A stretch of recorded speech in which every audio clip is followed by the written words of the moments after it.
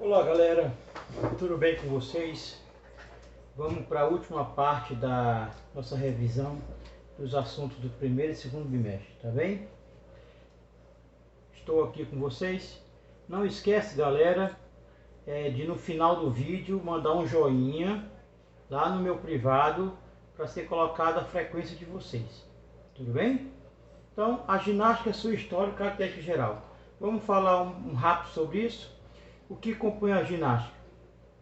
A ginástica é composta de atividades, modalidades, né, ditas de competição e de não competição, sendo que essas modalidades você requer algumas capacidades físicas para dominá-la, tipo força, resistência, flexibilidade, coordenação, entre outros. O objetivo geral da ginástica é trazer benefícios físicos e mentais, tá bom? Por que isso?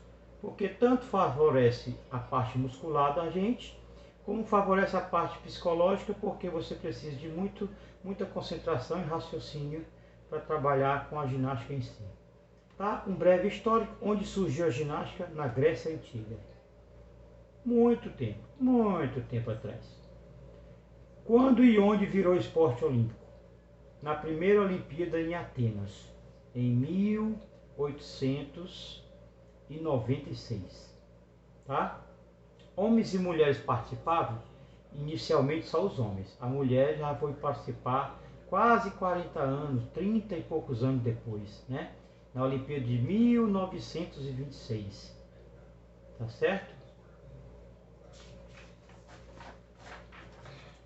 Tipo de ginástica. Aqui muita gente errou porque colocou só os tipos e não citou. Aqui eu estou dizendo, explique cada um dos tipos. Então, dentro da ginástica de competição, competitiva, nós temos, eu vou citar 4. A ginástica artística ou olímpica, que é um tipo de modalidade onde está presente nas Olimpíadas, em que homens e mulheres participam. Existem provas exclusivas para homens, provas exclusivas para mulheres, e existe prova onde os homens e mulheres também podem participar, a mesma prova. Por exemplo, temos o solo, que é aquela prova onde a Daiane dos Santos foi campeã mundial, né, o Diego Hipólito. Temos prova como salto no cavalo, que é aquele que o atleta corre, salta no cavalo, faz um movimento e cai lá. Agora tem prova exclusiva para as mulheres, exclusiva para homens, tá? Temos a trave para a mulher, temos as barras assimétricas para a mulher, temos as argolas para os homens, as barras paralelas para os homens, e assim vai. Não, ginástica rítmica é aquela onde as mulheres fazem evoluções com implementos nas mãos. Pode ser bolas, pode ser fita, arcos, né? Faz tipo uma dança com movimentos dentro da ginástica e implementos na mão. Temos a ginástica acrobática, que é aquela ginástica onde participa 2 pessoas ou mais de 2. Um exemplo claro é aquelas apresentações do Cirque du Soleil, né?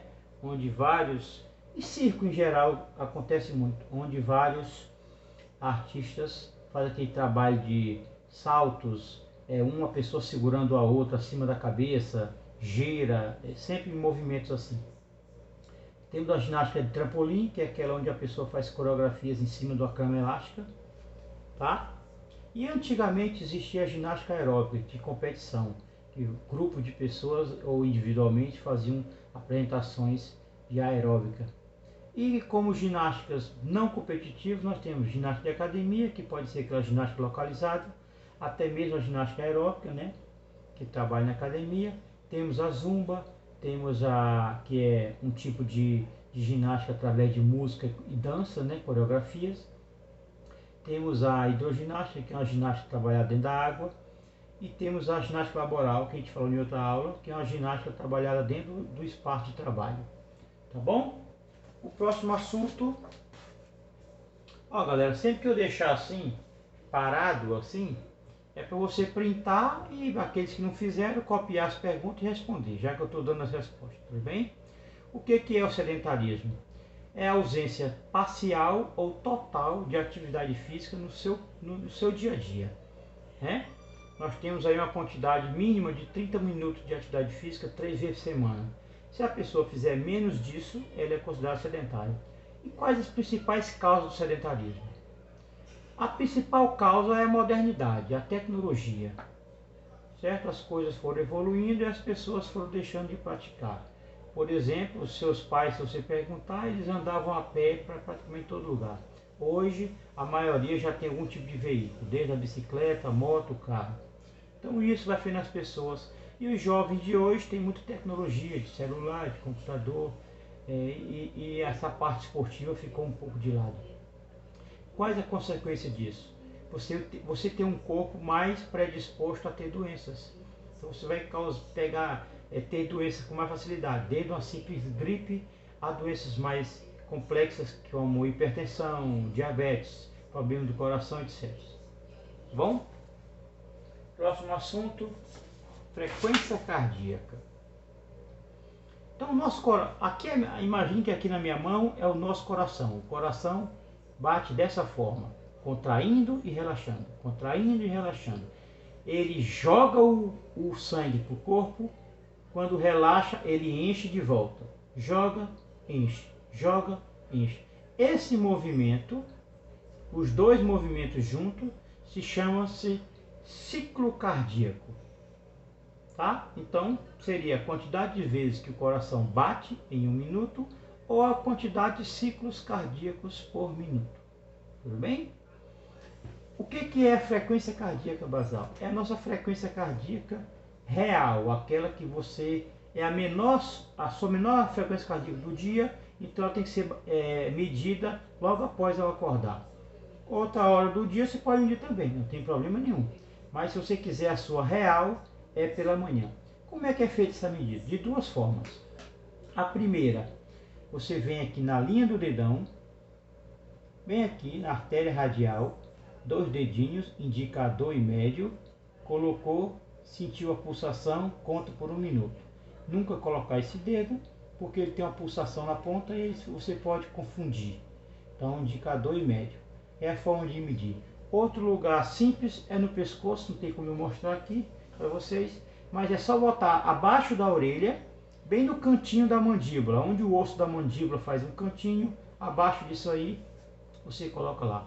Outra forma de medir é através de um aparelhozinho chamado frequencímetro ou medidor de frequência cardíaca. Esse aparelho é um relógio, vai no pulso. Aqui um transmissor manda para cá, essa cinta é colocada abaixo do peito, pegando as costelas, ela mede a frequência cardíaca, joga para cá e você vê em tempo real. Então, a facilidade é grande. Outra forma de achar a sua frequência cardíaca é através de exames que alguns médicos pedem, chamado eletrocardiograma. Tá? Quando você segue a sua frequência cardíaca, é a melhor forma que você tem de ter o melhor rendimento dentro de uma atividade física, seja ela qual for. Tá? Então essa é a importância. Se você seguir a sua frequência cardíaca, você vai ter o seu melhor rendimento. Tem alguns valorezinhos só para citar. A criança, né, quando ela é bem bebê, ela bate bem acelerado, 140 até 140 por minuto. Aí a criança vai ficando adolescente, 100 por minuto. Um adulto normal, 80 por minuto. E um adulto praticante de alguma atividade, ou um atleta, bate apenas 60 vezes por minuto ou menos. Tudo bem? Vamos para o próximo assunto. Frequência respiratória. A frequência respiratória ela tem alguns pontos parecidos com a frequência cardíaca. O conceito é parecido, é a quantidade de vezes que se inspira e expira por minuto. Se chama ciclo respiratório, né? Quando você inspira, você puxa o ar pelo nariz, enche o pulmão. Quando você expira, solta o ar pela boca, seca os pulmões. Então esse processo é a frequência respiratória. Quantas vezes você faz isso em 1 minuto? Quando você é bebezinho, essa frequência é bem alta. A criança respira bem mais rápido. Vai ficando mais jovem, menor. Adulto, menor. Então a gente chega somente a 20 vezes por minuto. É considerado normal. Da mesma forma da frequência cardíaca, quando você é atleta, ela vai ser menor. Tá bom? Algumas palavrinhas-chave dentro da frequência respiratória, por exemplo, dispneia, que é uma respiração ruim, dificultosa, curta, cansada. Por exemplo, nós estamos numa situação de Covid, onde muitas das pessoas estão tendo isso, essa dispneia, tá? Bradipneia, quando essa frequência respiratória está muito baixa, está abaixo do normal. Taquipneia, essa frequência respiratória está acima do normal. E a apneia é a ausência de respiração. Por exemplo, existe um esporte onde você faz mergulho em apneia, né? Isso aí pode pesquisar e ver. Então a frequência cardíaca, junto com a frequência respiratória, elas são diretamente proporcionais à intensidade que você está fazendo. Se você faz um exercício e começa a aumentar a intensidade, elas aumentam junto com o exercício, tá? Diafragma é um músculo responsável pela respiração. É um músculo, aqui é seu corpo, vamos imaginar, e esse músculo está assim, ó.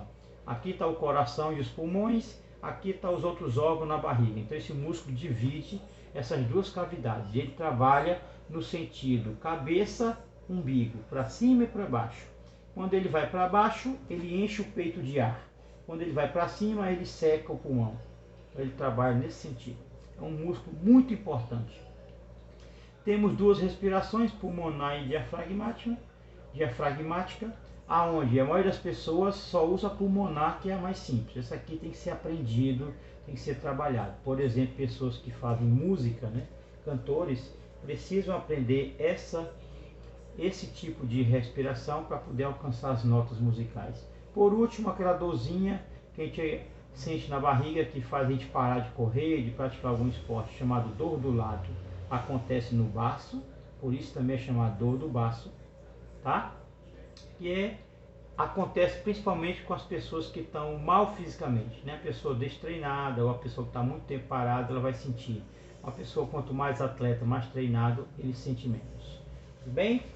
Vamos para o próximo assunto, que é o meio ambiente. Aqui no meio ambiente, cara, eu vou destacar só duas coisas. A prática de atividade física próxima ao meio ambiente, o tanto que favorece para você. Se aqui tivesse parques, locais assim, você ia sentir muito mais, tanto o calor amenizado como o ar mais puro. Então isso tudo faz com que você tenha mais rendimento e o seu corpo absorva mais aquilo que está fazendo. Então essa é a importância. A cidade tem poucos locais próprios para isso, mas eu citei aqui alguns locais, tanto na praia, na água, no campo, na cidade, no ar e na terra, que você pode fazer. E a cidade hoje só oferece praticamente a beira-rio, que tem locais assim, mais locais particulares, igual um clube chamado Aras Clube, né, que lá tem bastante verde e muitas atividades voltadas para o meio ambiente. Então tem que ver essa importância do meio ambiente e atividade física, tá bom? E o último assunto nosso, que é a pressão arterial, certo? Então cada vez que o coração faz aquele bombeamento que eu te falei, ele se contrai, o sangue vai para as artérias e essa força que o sangue corre pelas artérias faz uma pressão nas paredes das artérias e essa pressão exercida dentro das paredes das artérias se chama pressão arterial. Quanto maior ela for, pior para a pessoa, quanto muito baixa ela for, também pior para a pessoa. Então a pressão ela tem pressão arterial sistólica, um número maior, pressão arterial diastólica, um número menor. Que número é esse, professor? Você vem bem para cá, ó. Quando você mede sua pressão ou verifica, ela sai um número, 120/80. Essa é a maior sistólica. Essa é a menor diastólica, tá? Então, pressão normal, pressão alta, hipertensão, pressão baixa, hipotensão. Como é que faz isso? Ó, lá para 1880, esse alemão von Bosch idealizou um aparelhozinho que era uma bolsa de borracha cheia de água ligada a uma coluna de mercúrio. Por isso que a coluna de mercúrio sai esse sinal aqui, ó, 12/8 mercúrio, milímetro de mercúrio, porque saiu lá no início da invenção. Tudo bem? Depois o italiano substituiu essa bolsa de água por ar e foi evoluindo até chegar nos aparelhos que temos hoje, né? O local ideal é aqui, ó, a 2 dedos dessa linha do cotovelo, a braçadeira vai pegar aqui. Tudo bem? E o médico vai auscultar com o estetoscópio aqui. Então, nós temos na forma de medir 2 tipos de aparelhos. Um aparelho falado manual, que é esse aqui, porque tudo que você faz nele é manual. Então o médico coloca aqui no ouvido, aqui vai auscultar a pessoa aqui, tá? Aqui o aparelho, a braçadeira que vai no teu braço. Aqui ele vai encher, aqui ele vai secar, que ele enche assim e seca assim. E aqui vai medir, aqui é o esfigmomanômetro, tá? E temos o aparelho chamado de automático. Deixa eu colocar aqui, pegar o outro, aqui, ó. Esse aqui você infla e ele desinfla sozinho. Tem um outro aparelhinho que às vezes tem em casa, que é colocado aqui no pulso, e ele infla e desinfla sozinho, não tem essa pira, ele faz o trabalho sozinho. Esse é chamado automático total. Tá bom, galera? Então, sim, a doença. Quando a pessoa tem pressão baixa, costuma ter tonturas e desmaios, a pressão alta, infartos e AVCs. Então, quando você vai ler a pressão, você fala 120/80 ou 12/8. Essa é a pressão normal. Se ela variar de 10 até no máximo 13, está normal. Se passar acima de 10, de 13, pressão alta, hipertensão. Abaixo de 10, pressão baixa, hipotensão. Tudo bem, galera? Não esquece de me mandar perguntar qualquer dúvida no meu privado, tá? E de mandar o joinha quando assistir o áudio. Obrigado, boa tarde.